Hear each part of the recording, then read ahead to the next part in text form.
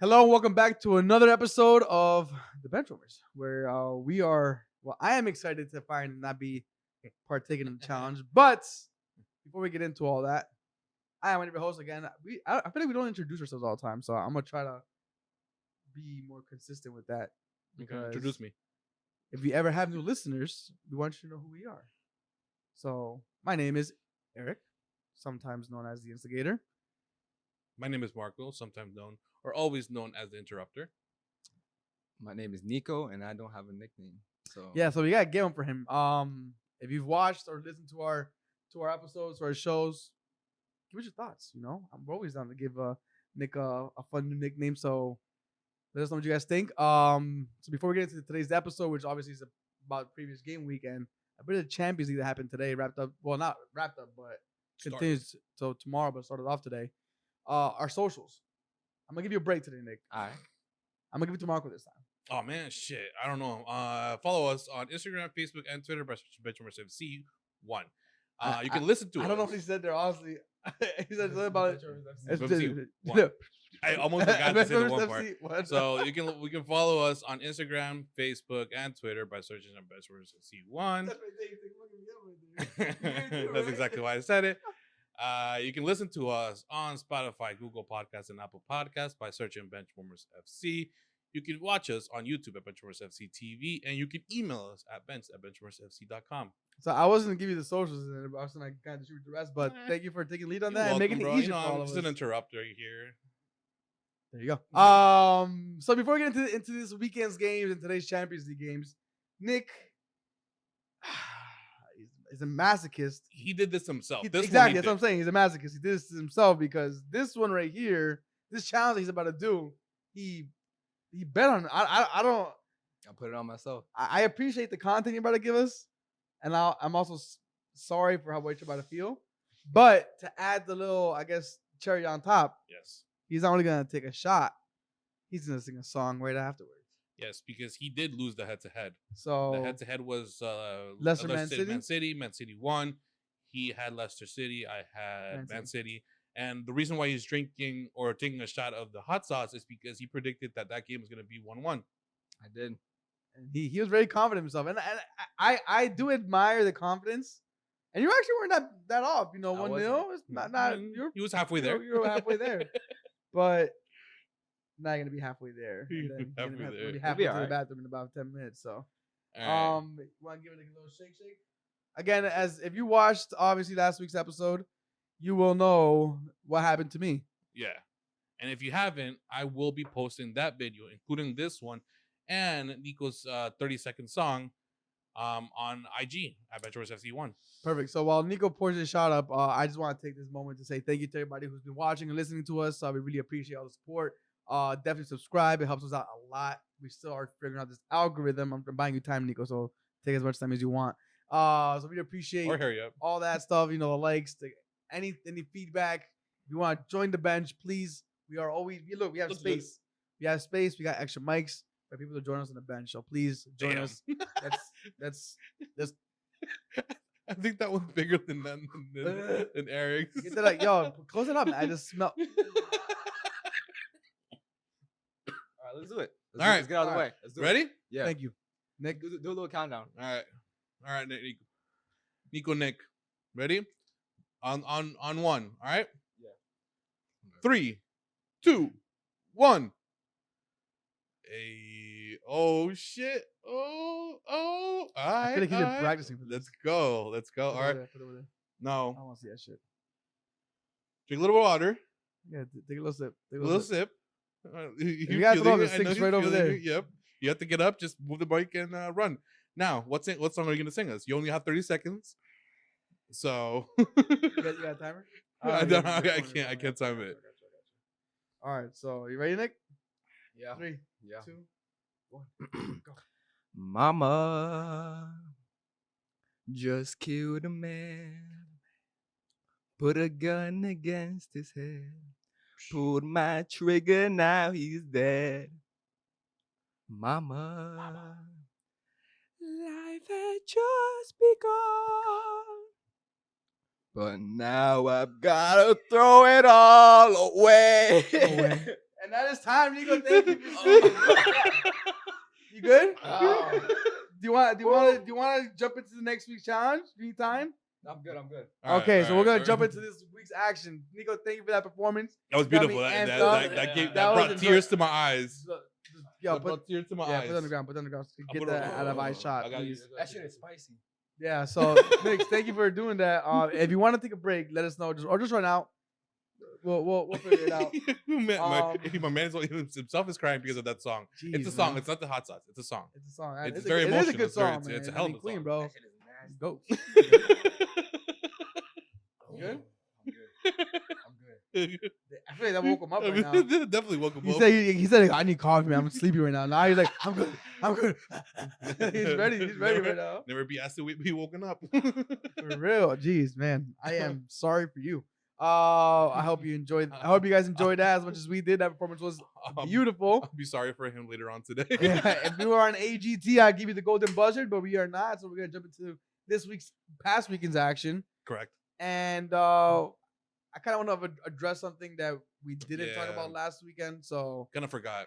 to all my Spurs fans, I know we didn't mention Spurs at all last weekend, but knowing that Vieira never loses to Spurs, we didn't find it necessary to bring it up. Exactly. So Hence 3-0 Crystal Palace. And yeah, Vieira never loses to Spurs. exactly. So why talk about it? I'm so sorry about that. We had to take a jab. Listen, as an Arsenal fan, you have to understand we gotta take enjoyment where we can. Yeah. And there's not many places. This weekend was full of them, and today was full of them. So we're gonna take every one of those moments and enjoy it. I mean, we took 3 hits at the beginning of the season, so why not Yeah. why not take one back? Listen, Give listen. one back. Right now we're the little guy punching up, but I don't care. Yeah. I'll be the little guy. You Yeah, good, let's Nick? do it. My man look like he's struggling right now. He's It's, sweating, not- dude. it's spicy. It's just it tastes so bad. Yeah, it's straight Tabasco. Oh my god. Yeah. Mm. Yeah, I completely We agree. understand, dude. But let's talk about the reason why you're doing this to yourself today. Leicester Man City, Leicester Man City. 1-0 to City. 1-0 to City. Marco, did you how confident did you have the result going this way? No, I had it 0-0. Yeah, 0-0. So it kind of sucks because it was like half. 0-0, 1-1. Huh? And His mouth is Just numb, that's truly, what it truly. is. I had it 0-0. I knew that was gonna be a tough game, and at the end of the day, it was technically a tough game. Man City walked away with the bare minimum, 1 goal. But they got the job done, and that allowed me to be 3-0. So You're thank you. 3-0? No, I'm 2-0. Sorry, I've only done it I'm twice. telling you, he made this game up. Is somehow rigged. I'll bet you that I'm the next one that's gonna. I'm gonna get some horrible draw. Damn, niggas, don't be careful with your eyes. Oh yeah. That's the guy who says that on the show, right? Yeah, all he the time. does, But he he's does. eating wings. You drink hot sauce. Yeah, that's true. Yeah. Any of us who got your fingers right, just It yeah. just tastes so bad. Oh my god. So the nosy neighbors, Man City, took away the 1-0. Thanks to that, Nico is here suffering next to us. But one thing I kind of do really want to, I don't want to talk too much about Man City because it's always the same story Pretty with much. them in a way where it's possession and then they just against Leicester City they got a scrappy goal. Well, not scrappy goal, they got a scrappy win, the 1-0, and that's called a day. That's what they do. That's why they've won the league so many times because they continue getting this result. One thing now that their rivals across town added to their, Arsenal, not Arsenal, but to Arsenal. is Cristiano Ronaldo, and he made his debut this past weekend. How'd you guys, Nick? I know he's a tap-in merchant, but what are your thoughts on his debut? And are you fearful that this is gonna turn this United team into the team do you think he's awakening the sleeping giant? He's the final, what's it called? Yeah, in the coffin. No, for the gauntlet. Oh, what, Thanos? Yeah, he's the final. Yeah, that. Yeah, damn. If anybody's out there who's a fan, I'm sorry. For I, any DC, no, I'm kidding. I'm kidding about the DC thing. Any Marvel fan out there, we apologize that we don't know the name Yeah. of that. But that thing. is he the missing puzzle? The piece of this puzzle that is gonna awake the sleeping giant that is Manchester United? Thoughts on Ronaldo? The question you just asked. Honestly, I always said it, DM and right back over Ronaldo every day of the week. I just feel like it completes that squad, and it just adds like some backbone to it. But Ronaldo's a completely different player than what he was at United. First Or time like around. the first time. Yeah. He was a winger, go down the byline, do some little step overs, da da da. Viva Ronaldo. Now he's a complete poacher. He's a complete different player, and I'll always respect him for getting into the spots to score. But I feel like at times he maybe can be a detriment to the team and the overall play of the wingers, including Sancho, Greenwood, Rashford, and I don't know. He is like I said, he's a poacher, which I don't think any of their attackers are. Greenwood, he's not a poacher. No, but he's a He'll good create- finisher though. He's a great finisher, and he created his own shot. Ronaldo can't create his own shot, so I think it all depends on definitely Sancho, because when he was at Dortmund, he's a creator. He's not a winger like a Sterling or a Mane. He's almost like a Grealish almost, Yeah, but he plays out wide, and he's a great creator. So we'll see how those players can create for Ronaldo, and whether, like you said, he can take him to that next level. So he got his goal on his return back home. It sucks from our end witnessing this because it just gives me like a funny feeling inside that, like what Nico said, he's a completely different player, and he's a player that United haven't had. Well, maybe they have had in Cavani, for example, but I think Ronaldo is just more of a lethal and just adds more goals to the team. But yeah, to your point, the overall detriment to the team, I think that's what happened in Juventus, and that's why they kind of wanted to get rid of him. A lot of the fans didn't want him there. Doug, if you're ever listening or watching this, like you're a big advocate. He never brought Ronaldo to begin with because he blocked the path for a lot of other players. Is he blocking the path for any United players? He definitely is. I feel like specifically for like Greenwood, if I'm mistaken, he is a striker. He does also play as a right wing, but I feel like he's blocking his path. But I also feel that United did it because they had no other option. They needed to win something, and bringing Cristiano Ronaldo back was gonna, one, keep the fans on their side, and two, you kind of guarantee goals. So yes, he's stepping in front of Greenwood and taking his spot for now, but Ronaldo is 36, going on 37. He's not going to be there for long. How old is Greenwood? He's not gonna play 21, every game either. 22. He's not going to. I mean, he has played for the last two games. He played 90 minutes, if I'm mistaken, for this past weekend. And today he played, I want to say, a good 60, 70 minutes, if I'm Something mistaken. like that, yeah. So they will give him the playing time. Will he play every game? No. Yeah, that's what I'm saying. I think he will prioritize Premier League and Champions League. But again, I don't think he's stepping on anybody's toes because he's not going to be there long enough to damper the growth of a specific player, in this case, Greenwood. Okay, I'd agree with you. I mean, shit, who wouldn't want to have Ronaldo there as a mentor? I mean, as somebody to learn off of? assist, and Greenwood assisted Ronaldo, if I'm mistaken, Yeah. one goal. I think so. Yeah. He scored two, so it was 2 goals from Ronaldo, 1 from Greenwood, 1 from Fernandes. So, I mean, at the end of the day, he's doing his job, Yeah. and he's still helping out. And I feel like Ronaldo finally figured out, okay, come on, I can't do shit on the wings anymore. Let's just dedicate ourselves to the striker role. And he'll, yes, run to the left or the right because he does it all the time. But I think now it's like, all right, let me just score goals and give my team the win, or help my team to get the win. So, yeah, United won that game. What was it, 4-1, 3-1? 4-1. 4-1. Yeah, 4-1 against Newcastle. And speaking about winning, guess whose season just started? Oh, yeah, it was the first game this past weekend. Did you know? Arsenal. The mighty Arsenal. Yeah, it was the first Arsenal game. season has Everything just started, else- and the points are on the fucking board. Let's go! Everything else was preseason. We're not. First 3 games were preseason. I don't want to joke about it, but I'm gonna say it because we deserve to hear it. This guy's still making faces. We're not going down. We're not going down. But we're staying up, man. We're staying up. We're out of the relegation battle for now. That is, at least, but I'm sure we're gonna stay above that. I mean, we went from -9 to -8, so we good, bro. We're one step at a time. Yeah, one step at a time. One step at a time. And this game was kind of if you look at the stats, it's kind of deceiving because it had Arsenal taking 30 shots. But if you watch the game, the eye test, I think we're all advocates of the eye test. What we see is what we see, what we believe. Correct. I didn't see 30 shots at all.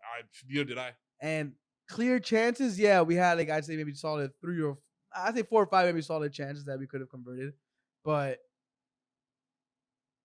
the fact that he played his players that he brought in. No, Tomiyasu just came off the plane from Japan, had one training session with the team. Started. I heard he Started. was good. He was Was he good? He I played think good. He played well. To me, it was a flawless debut. Flawless debut. Ben White, Gabriel looked solid partnership. Tierney, solid. Ramsdale. You know what you does. I'll be honest, Nick. I'm Rams over Leno right now, bro. And I'm not trying to. I would be too. I'm not trying to be too hyped. I just think that what Ramsdale may fault in that Leno's better in is not as. I'm sorry. Ramsdale is more beneficial for us in certain aspects of the game that Leno isn't. Right. Yes, Leno has great shot stopping, but that's pretty much it. He doesn't come out. He doesn't come out to collect the ball. He waits for the ball to come to him. He's bad at passing out the back. Ramsdale kind of showed that he could do that. Yeah, it's a Norwich side, but it's still sort of promise. We have to take what we can get. Yeah, so I'm really surprised at that kind of put all of his players that he brought in to start over at the bat. Didn't give time for them to acclimate or get ready to the Premier League. No, like, I got you here. Fuck it. I got my tools. I'm using them, as he said in his press conference. So I'm excited that we got this 1-0. Yeah, it was 1-0. I know. And it was a scrappy goal, but it was a fucking goal. Scrappy goal. And Aubameyang needed that. He looked so relieved when he got that. So did Mikel Arteta. But I'm happy we got the win. I'm not going to go ecstatic. I'm not saying that this is the we finally turned the corner. There's still a lot more to go. But this is definitely positive signs. And I'm excited to see the partnership in the back. Because once the back five in Ramsdale as well is solidified, and that's it going forward, it's just building up from there. Yeah, definitely. I mean, for me, the whole game were the last 25 minutes. I mean, we did miss the first 20 minutes because Peacock decided not to show it. Fuck you, Peacock. And that's when, quote unquote, that was their best moments. We couldn't see it, so I can't judge that. I actually watched it. I found a stream. Okay. It was so. FBI didn't. The first 15 minutes were very competitive. Dimi sent it to both of us. Yes, so don't even act like they didn't know. I didn't watch it. The first 15 minutes were Arsenal kind of got on top of it. They were like as usual. And then after that, it became a very even game, very open game, which kind of sucked to see because I expected us to kind of dominate a little bit more. Dominate, yeah. But again, a lot of debuts this game. Yeah, a lot of debuts. But to me, the best part was the last 20 minutes when Niles went from midfielder to a right back, which I loved. We had Smith Rowe come in. Odegaard take a step a little further back. No longer play the cam role, but the CM role. And who else was moved Emil around? Smith Rowe came in and Party came in. And Party came in. That's right. And that's when the game changed. And that game changed completely. The attack was so much higher. Yes, again, maybe that's where the 30 goals came in, just that little end. 30 shots. 30 shots, correct. But I mean those 20 minutes were exciting. That excited me. I'm like, I want to see that next week. I want maybe not that specific lineup that ended the game, but a combination of all of that. Yeah. And Party included. Party has to be there. No, to your point, once Party came in, he's the one that made the pass to Saka that Niles wouldn't have done. And I don't think Saka definitely wouldn't have done. He would have passed to Tierney and then back and forth for 20 minutes, and then there goes the game. But Party made the pass that no other of our midfielders would have passed. So he's a player we're missing. And yeah, man, to your point, this next week is gonna be a big game for them to see how they line up. But I think we'll be pretty good, honestly. Yeah. I think we're gonna have a good matchup against Burnley. But we'll talk about that on Thursday when we get to it. Yeah. Let's talk about that on Thursday. Nick, do you have anything? Did you watch that game? I did, but I was a little more focused on Ronaldo's debut. Yeah, I think a lot of people were. I didn't have it on for that exact reason because I didn't want to watch Ronaldo. I fucking hate him again. But yeah, man, that's Arsenal 1-0 against Norwich. No Pookie Party this weekend. So he tried. He definitely tried. What are your thoughts on Pepe? And do you think Arteta should keep the faith in him? In general or this game? Just in general, because I did see on social media a lot of fans were not impressed with his performance. I don't understand Arsenal fans. I just don't understand them. I mean, he was man of the match this game. Yes, he's the most, I guess you could say, controversial players because of his, and I blame it on his price tag. Yes. He came in, he played under Emery. He didn't look Emery didn't want him to begin with, so there was already that disconnect right there. And the Pepe from that we got in the beginning is not the Pepe we have now. The Pepe we got in the beginning was never tracked back. Didn't he just waited? He just stood on the island, played for himself, and then just waited for something to happen. Now he's playing as a team. He still raw? Yeah. Should he be like hitting that prime level by now? I think so, but I think we should keep the faith in him. I think he should stay. I always had this in my mind on whether Pepe should play on the left.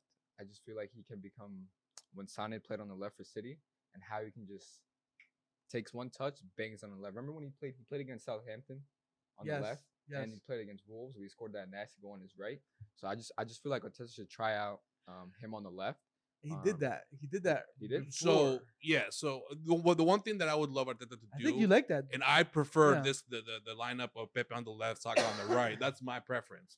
But I also wouldn't mind them learning how to switch within the game, and that's the one thing that they don't do. That's the one thing that I think they should take advantage of, because they both are quote unquote dominant on both ends. That they can just continuously swap, like Ronaldo and Bale did for a long time, or I think Messi and Neymar have done it in the past. So that's more an Arteta though. That's yeah, more, that's he has to Arteta's implement role. that. Like he doesn't want it to happen. They just want to go flying I don't up know and if he down. doesn't All right, want it. whatever. I prefer it, but I also, if they're not gonna do it, then I prefer Pepe on the left. We'll see. The only thing, and I don't want to keep dive too much into this rabbit hole, but my only counter to you is that Pepe is a better finisher than Saka, so Pepe is probably better off being able to cut it on his left foot. Does he have that in his locker yet, though? Because I feel like when he was at Lille, he definitely had that in his locker, but I just don't see that. Like he definitely, his profile is that kind of player where he cuts in from the right, but I just don't see it enough where he cuts in from the right and actually scores most of the time. I agree with you. I feel like he's not doing that as much this season. I feel like he did it more in the past, but like now it's just like he's just trying to cut it in. He's trying to cut it in with his right and just cross it across the goal and somebody get on it. That might be an instruction. I think it's an instruction, and if it is, it's frustrating because I think he's a player that's phenomenal with his left foot, and that's why I like him on the right, because if he can get that cut in, oh yeah, it's over. It's over. He's done it multiple times, and he is a better finisher than Saka. Saka has been unfortunately kind of poor since the start of the season for Arsenal, not for England. But that's not his fault. That's more. It is his fault, but it's also Arsenal's fault being so shit. But we're on our way up, and another team on their way up. Actually, yeah, you're still top four. Yeah, you're still top four, right? Yeah. I think only Man City dropped out after this past weekend. Is Liverpool. Liverpool leads. We'll talk about the Chelsea game and Aston Villa. I know what's about Chelsea for Aston Villa first. You wanted to make a couple points on that, right? Yeah. Just Lukaku, man. Just one word. God, yeah. Lukaku. So who's more of an effect on their teams, on their respective teams? Ronaldo on United, Lukaku on Chelsea. Oh man, who's more of that immediate impact? Like, okay, boom, we got this player. We're winning the league this year. Shit, man. Just thought. Fuck. The thing is that they both started off strong. And give me your. Who do you think is who's clutch? If I had to, all right. I'm gonna give you stats. I'm gonna give you stats so you just kind of let that brew in your mind. Ronaldo had more goals than Lukaku last year in the Serie A. Yes. Keep in mind, Inter didn't win the league, so they're and Serie A is more known as the defensive league. So Ronaldo still has that finishing touch, but Lukaku, he's a Chelsea man, and he's definitely showing up right now. So what do you think? The finisher, the notorious finisher, or the comeback and trying to make?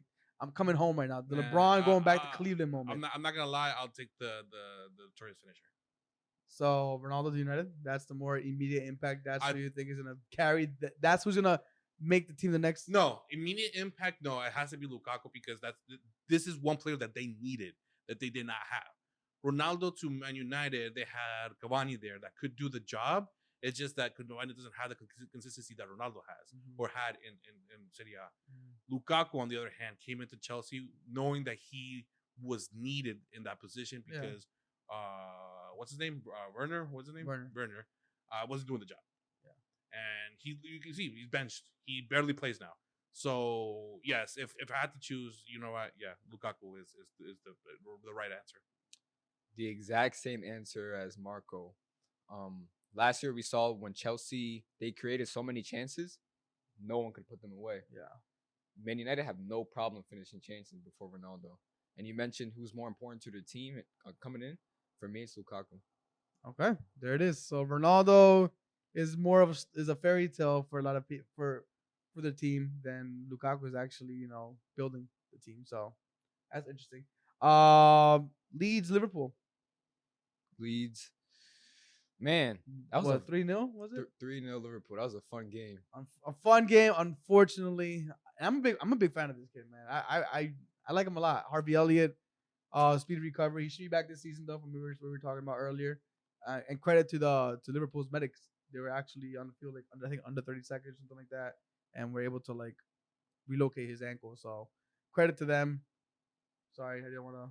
No, it's just on Harvey Elliott. It's definitely a shame on him getting injured because I mentioned in the group chat he definitely brings a different dynamic to any Liverpool midfielder. The way he cuts in out, I said he kind of reminds me of Coutinho. The way he just glides and can cut in on his left. I also mentioned Bernardo Silva.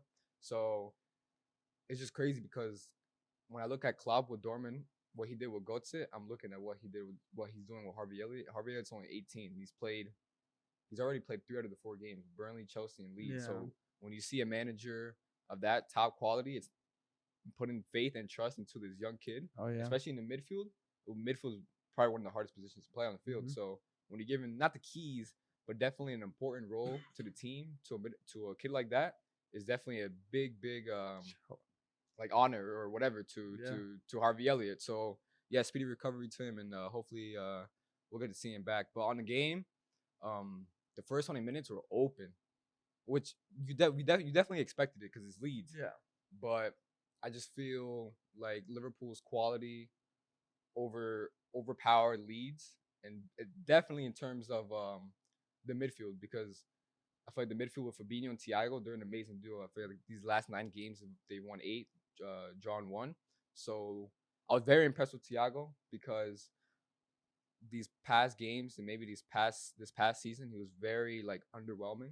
Mm-hmm. And especially what we saw at Bayern last 2 years ago coming in, I thought he was going to be what we saw at Bayern. So remember on the first podcast when I mentioned every luxury midfielder needs an anchor behind them? Yes. And this is the exact same thing. When Thiago was playing in the 6 without Fabinho, he was a dreadful player. He was like a 5 out of 10. But you say every luxury player needs an anchor. The thing is that Thiago is a luxury player and Fabinho is a luxury player. But Fabinho is a luxury player in the anchor position. So it's like you have 2 phenomenal players in each position just covering each other. Yeah. So it's the ideal situation you guys have. Yep. It's honestly the perfect combo. And then moving on to the front line, I just think Mohamed Salah is just. I mentioned this in the group chat that I have with Eddie and Edgar that in 17. Just to get it clear, you're the pessimist in that group, right? A little bit, yeah. Okay. No, you're known as the pessimist in that group. But in 2017-18, Nico the pessimist.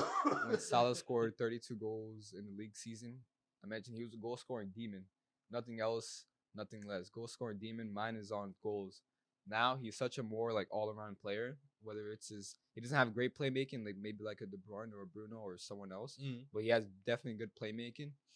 And I just feel like his overall game, his build-up, and especially his poacher mentality, because we do see many times that he can get inside the box without anyone marking him. He's just right there. I mean, we saw the goal this last game, and like 3 years ago, he didn't have that. He'd create his own goal. Which he doesn't. He does a little bit, but he's more of a reactive finisher now. And like I said, he's more all around. But on the game overall, I just think it was just a great performance against this trouble lead size that gives a lot of teams problems. Yeah. So while Liverpool won that game 3-0, credit to Liverpool. Looks like they're on the right path already. And Harvey Elliott, speedy recovery. Your rivals, Everton, had a pretty good game as well. Seems like they tried a 3 in the back, and my biggest, I guess, takeaway from that was Townsend saying Chelsea have perfected the 3 in the back formation. So that's pretty sad. It's pretty disheartening to hear when another player says that because it just shows how good Chelsea really are. But Everton did walk away with a 3-1. Rafa Benitez's first win. Oh no, second one? No, it might be second because they beat Southampton. Southampton the first game. Mm-hmm. So I mean, it's their second win. Rafa Benitez going in Second or third win?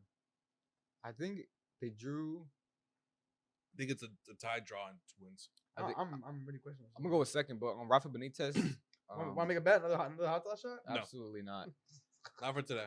But with Rafa Benitez, we did see when he did get appointed by Everton fans were hounding him, and so it's Everton very, fans? yeah, absolutely, because he was a Liverpool manager. So but it was kind of expected. I mean, they were hanging up banners at his house about like Oh, we I want did you out see and, that. and whatnot. But it's very brave of him, and I honestly respect him for implementing a new system from what they had before. I mean, it looks like it's working. And in the last game, I mean, they went 1-0 down, and in about 10 minutes, they scored 3 goals with. Yeah. And honestly, I give a lot of credit to players like Damari Gray because I believe he was at Leverkusen last season, and he didn't really do much the season before when he got his move to Leverkusen. So, and also Andrews Towson, which all he does is score bangers. So Yeah, it's for definitely a real. credit to Rafa Benitez for getting the best out of those players that he has because Yeah. those players were like 1 mil, 2 mil. So it's not like he had 15, 20 mil to go splash on a player from a foreign league. Yeah. So he's doing what he can, and he's definitely getting the best out of what he has. Do you think Benitez is more of an impact to Everton than Ancelotti was? Absolutely, because I think Ancelotti was just there to Placeholder?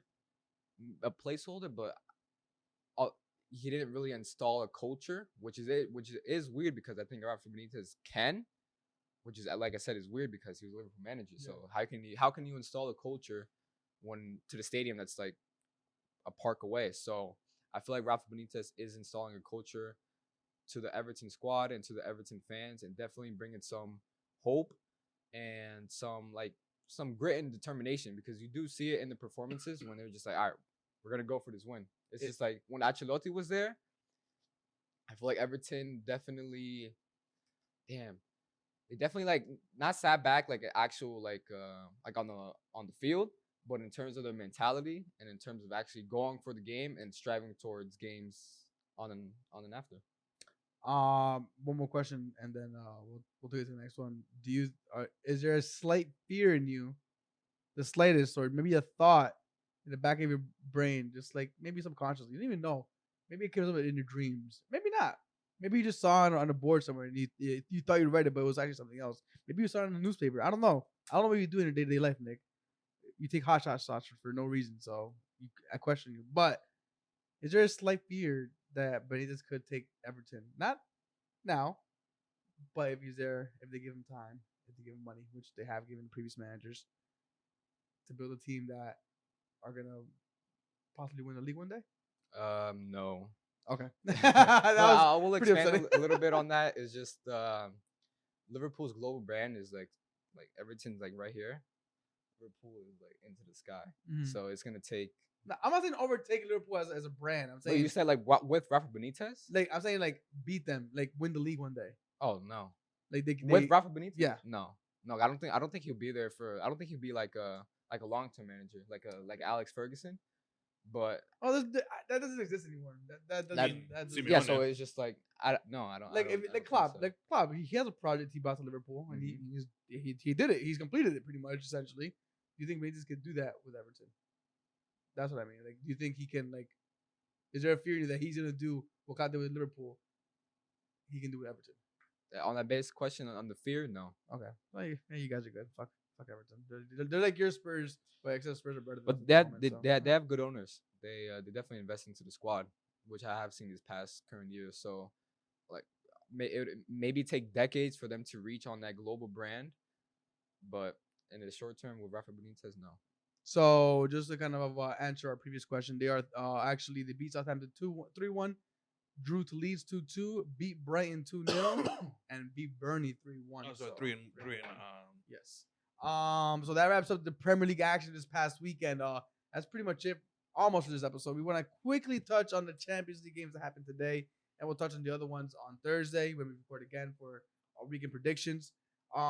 Which game do you guys want to start off with? Because there was a couple of games. I'll be honest, I didn't watch all of them because we were watching our. Let's start off with the I'm one. trying to give a shout out to one of our boys real quick, bro. Oh, that's exactly why where I was going with it. Interrupter, bro. I mean, that's I wasn't literally watching what I it do for a it. specific reason because we were. Well, I was trying to watch our close friend who's been on the podcast before, Rafael from Brazil, who's actually playing in the World Cup in Lithuania Lithuania, Yes. against Argentina today. Futsal Futsal World Cup. And yeah, he played today. So shout out to Brazil and the U.S. national team. Good luck. Best of luck. We're rooting for you guys. But which Champions League games did you guys watch today, and which ones did you enjoy the most? Well, I'm a Liverpool fan, so I definitely enjoyed the Man United. Well, I feel like it's more in league games where I not cheer, but like I'm more excited when Man United lose. But in Champions League, there's not that in the group stage. There's not that like feeling. But I definitely enjoyed Man United losing out of the two games that I saw. Which the other one was Barca Bayern. I'm gonna piggyback off of you just because, like I said earlier in the episode, again, just as an Arsenal fan, there's not much to really root for right now. We're kind of in the mud. We're trying to get out of the mud. So this Man United performance today was a real confidence booster. So Lingardinho, thank you for that beautiful assist. I actually asked Diego about the game earlier, because I wanted to get his thoughts on it. I watched the highlights and I watched extended highlights to kind of get a real thought on it. And this is what Diego has to say, just to kind of give you guys an idea from a Manchester perspective. Nothing Oli could do about Wan-Bissaka's bad touch. I agree with him on that. That was just clumsy touch. He shouldn't have lunged for the ball. He's so far up the pitch. He should just let it go. Red card, Wan-Bissaka. If you're questioning if that's a red card or not, you guys are insane. United weren't in control after that for 19-2. After that and by halftime, Varane came on, which was a big help. Sancho came off, obviously for the red card. But this is where I kind of wanted to see what you guys thought on this. He brought on Lingard, Matic, and Martial, which seemed to be an attempt to win the game because all three of them are very progressive players, fresh legs, attacking players against. And mind you, they're a man down too. So was he going for and he took off Fred, their only defensive mid. Was he going for the win? And was that the right move for you guys? Or No. wait, that wasn't the right move? No, it's not the right Go for the move. draw? Go for the draw. We're starting the group stage. It's against, young boys. That's what's the name of the team, right? Young boys. It's the first game. You still have 5 more to go. Take a point. Why lose 3? Why lose 1? Mm-hmm. There was no need for it. You walk away with the 1-1. You save phase, and you live to fight another day. But no, you decided to go all out on a game that really didn't need you to go all out. If this would have been the last one, yes, do it. But it's the first one. There's really no need for you to do it. Why take out Fred? Nick? I can see the opposite of that. I feel like it is the first game, so Why not? not? Why not go for it all out? You have 5 more games. You guys the 2 ways. And I know these past years United haven't done great. Well, last year they didn't get out the group stage, but I mean this group is not good. Atalanta, Young Boys, and Villarreal.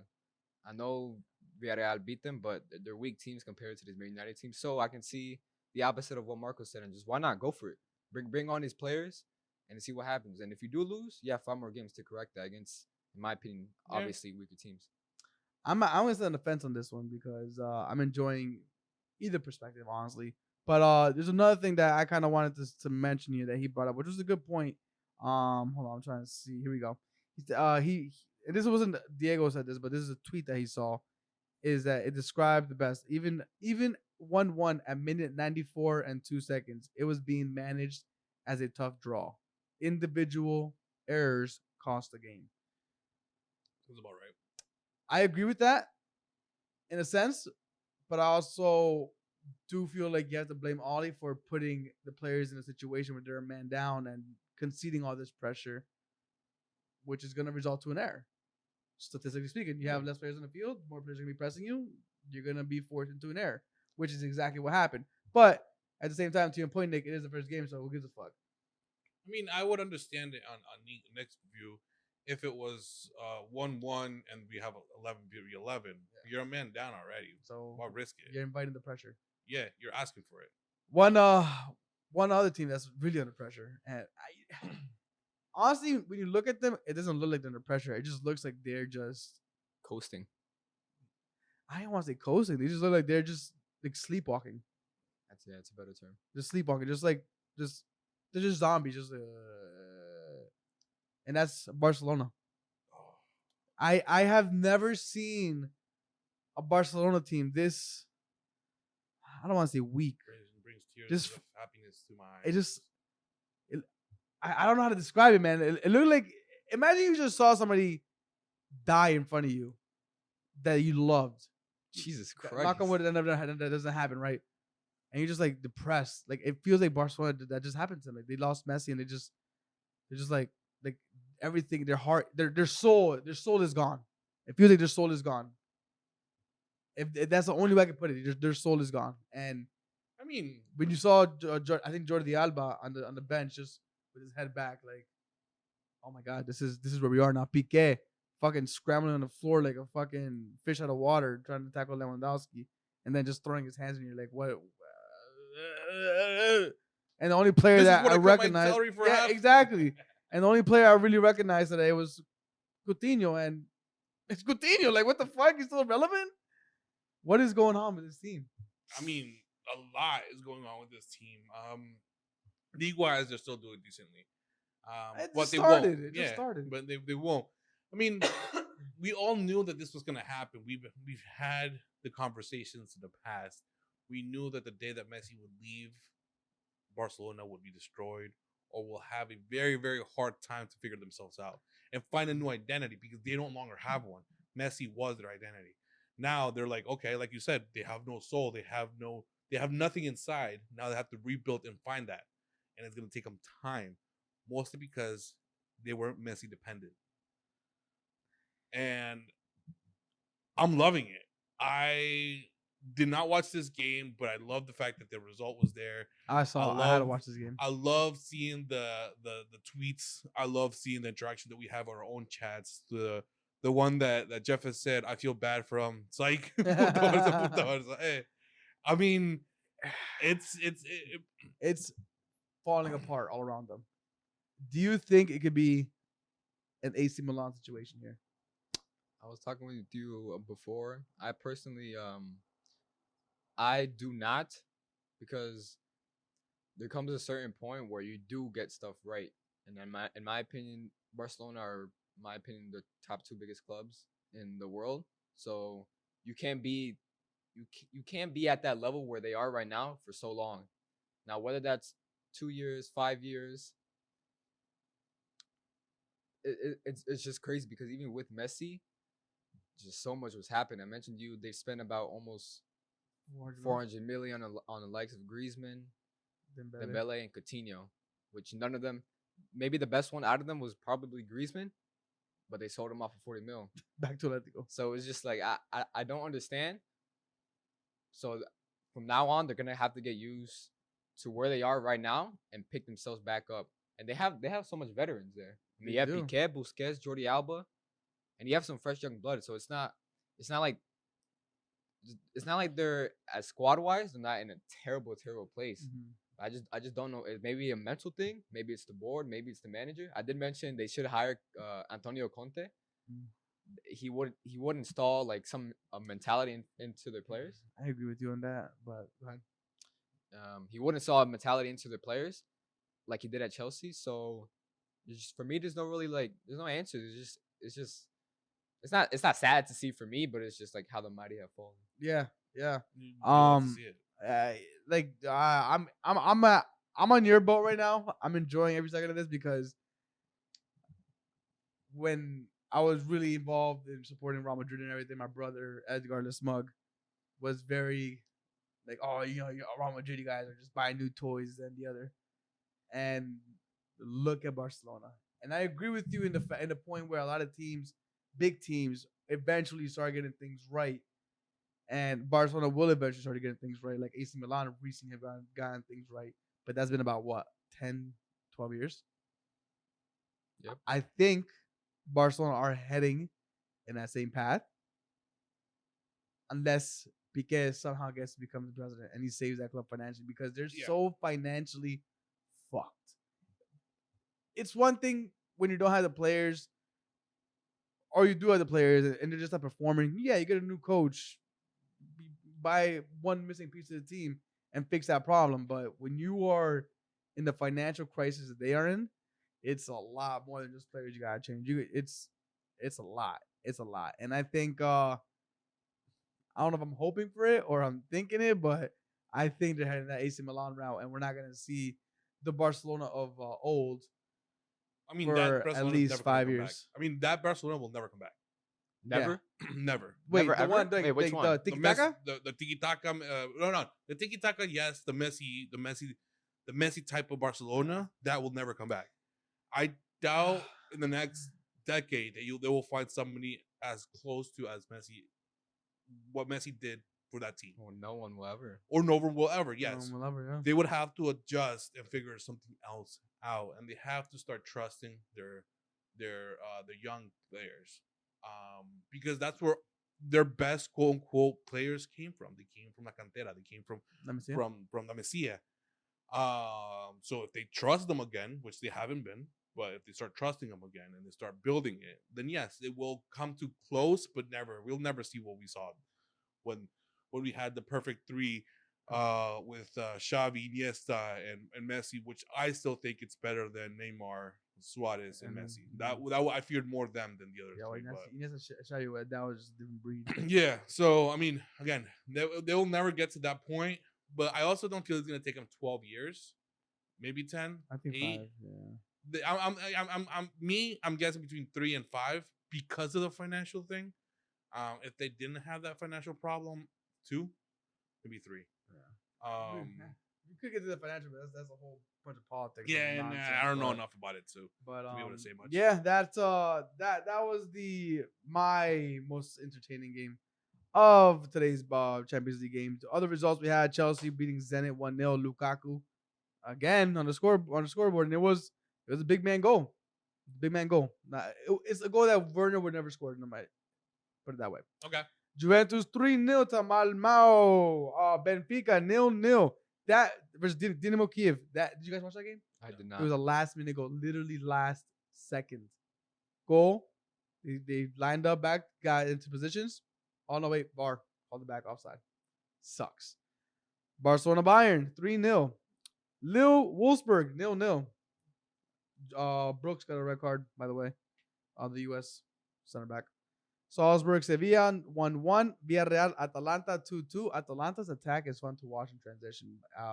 Paramount, if you guys have Paramount, the Champions League, they kind of give highlights of all the games happening at the same time. So they were actually very good with giving pretty good pieces. And Atalanta's second goal was fucking a peach. So if you can watch that, watch Atalanta's goals against Villarreal. Atalanta has been up there these past couple of years. Yeah, stepped it up a lot. So we'll see if they keep it up. And then as we started off with the Champions League recap, Young Boys beat United, even though Ronaldo got the score. And goals are leaving their legs open for Ronaldo this time around, man. First the Newcastle keeper, now this guy from New Boys, just fucking poop. But yeah, that's it. He knows where to place him. All right, let's do this weekend challenge and we'll call it a wrap. Why don't we leave it for Thursday? We'll leave it Thursday. Then we'll call it a wrap then. Thank you guys for thank you everybody for watching and listening. We appreciate all the support. Again, please give us a like, subscribe, comment. Let us know when you want to join the bench. You know where to do that. BenchWarmers FC1, Instagram, Facebook, and Twitter, and all the other stuff. BenchWarmers FC TV, BenchWarmers FC, BenchWarmers FC. You come back and watch the next head-to-head. We already saw Eric have get hit by a soccer ball. No more hot sauce. No more. Nico Singh. Please something else. Give us at least something PG for Nico if he has to do it, because a lot of them were kickstands, 6 beers, and Nico can't do that, man. Give us more options, please. I consistently see the same ones, so I have to get a little creative. But give us something, yes, please. But yes, next head-to-head on Thursday. Let us know what you guys want to see on these walls. We're still open to decoration ideas. We have things in the works, but as you know, as always, thank you for everything. We love you guys. We want to have you here in the bench with us. We are the BenchWarmers, the bench with the voice. The bench is always warm and dirty. Peace, everybody.